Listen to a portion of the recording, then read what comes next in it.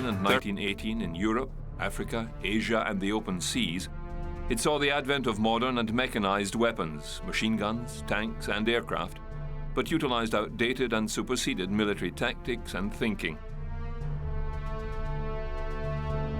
It was for this reason that the war in Europe quickly bogged down to a stalemate along the Western Front in the biggest and longest trench war of all. Stretching from the North Sea to the Swiss border with France, a chain of trenches, pillboxes and fortified strongholds were hastily dug and called the Western Front.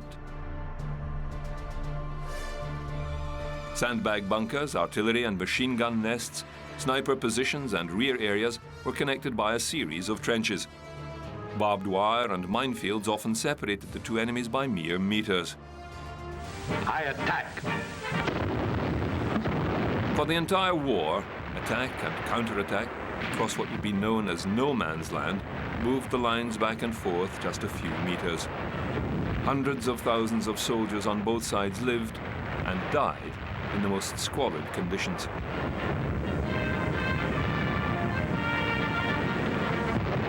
They attacked each other's trenches with massed assaults, usually repelled by artillery and massed machine gun fire.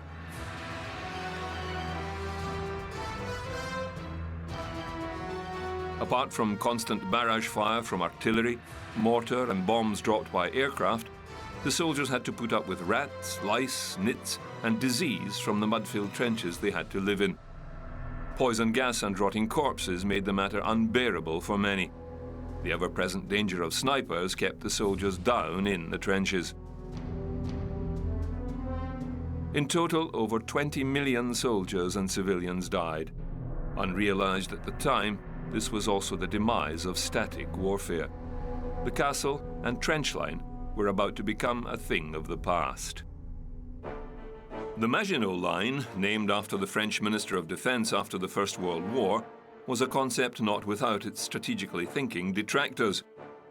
The French suffered badly during the war to end all wars and endeavored not to repeat such a calamity. They built a defensive line along France's borders with Germany and Italy. Their plan to invest so much time, money and manpower into an impenetrable defensive line, instead of modernizing their depleted army and air force with new weapons and armor, was central to the debate at the time. Maginot won the argument. Built between 1930 and 1940, the line consisted of miles of underground tunnels linking fortified emplacements and pillboxes, artillery and anti-tank emplacements, communication centers and machine gun bunkers. It was not, as the name suggested, a thin line of concrete bunkers, but in fact a defense in depth, with key forts, border posts and infantry encasements to a depth of over 25 kilometers in some places. There were several kinds of armored cloches or bell-shaped steel turrets. Some were retractable into reinforced bunkers. They housed artillery, machine gun and anti-tank weapons and grenade launchers. There were over 340 of these battlements along the line. In total, there were 142 ouvrages, 352 casements, 78 shelters, 17 observatories and 5,000 blockhouses. The Maginot Line met up with the Belgian defense lines to the north and the Swiss border to the south. The Maginot Line was to be the first line of defense against another attack by Germany, designed to allow the French time to amass an army to repel any direct attack from the east. The German army took this into consideration when they attacked during the Second World War. They stationed a dummy force confronting the Maginot Line and proceeded to attack the Belgian fortifications to the north, which they overwhelmed quickly. They pushed into the Low Countries and then turned south, avoiding the Maginot Line altogether. The gun emplacements could only fire east and were useless. The Germans bypassed the entire defensive line and continued south through France and were only stopped at Dunkirk by the English Channel.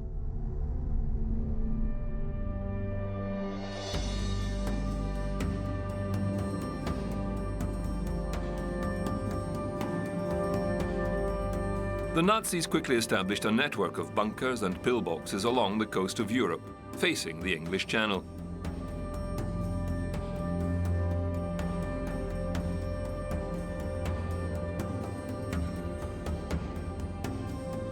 Later in the war, the Germans reinforced their coastal and harbour defences in anticipation of a seaborne invasion of Britain.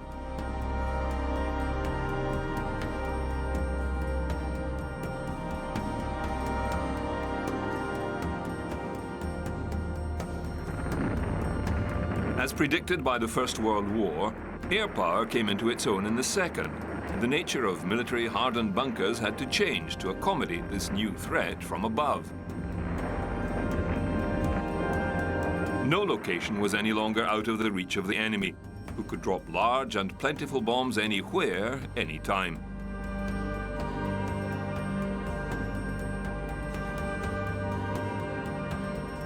No fortress wall could protect, so bunkers went deeper underground.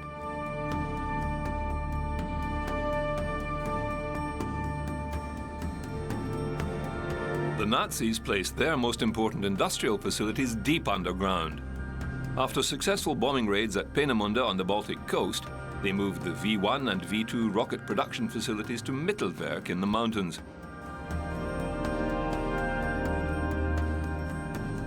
It consisted of two main tunnels, 1.6 kilometers long, connected with a network of smaller tunnels under the mountain.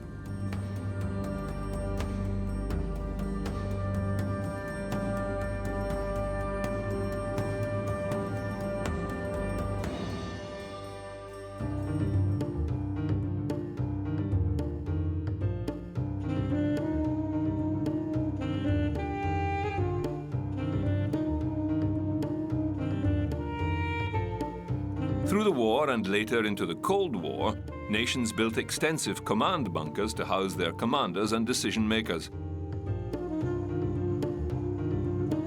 Prime Minister Winston Churchill lived below ground in his now famous secret bunker during the Blitz of London. In recent years, the war rooms have been opened to the public as a museum and exhibit of how Churchill and his staff lived underground during wartime over half a century ago. The official side of the Cabinet War Rooms has now been extended to include my grandparents' bedrooms, their kitchen, their own dining room. It's also going to contain this great Churchill Museum, which I think will be a unique collection of Churchilliana, and will be a great addition for people to come through here and see the living history.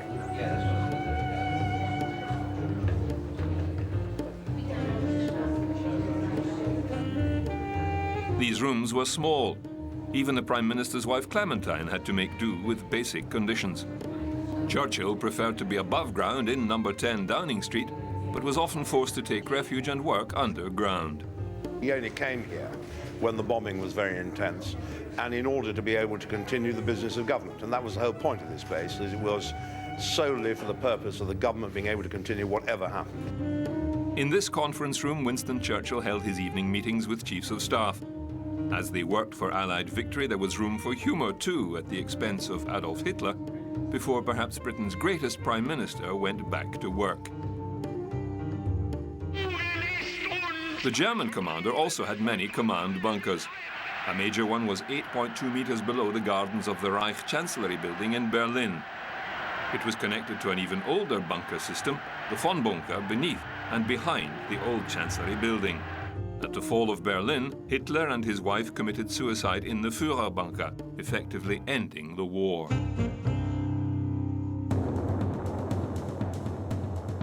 In the nuclear age, new bunker designs set deep inside mountains and either resting on gigantic springs or hung from the roof by cables to absorb the shock of a nuclear attack became prevalent. Bunker design had to factor in the danger of nuclear radiation and fallout, the unseen killers able to penetrate meters of earth or concrete with their rays. They required thicker walls or deeper earthworks and complex air filtration systems, plus a stockpile of food and water. The Command and Control Center for the United States Air Defense and Nuclear Forces went underground in Mountain, Colorado. A hollowed-out cavern contains numerous concrete block structures sitting on springs and connected by tunnels. Massive blast doors can seal off the complex in case of nuclear attack. Many others have built bunkers and blast shelters, including Castlegate Bunker in Germany as NATO's forward command center.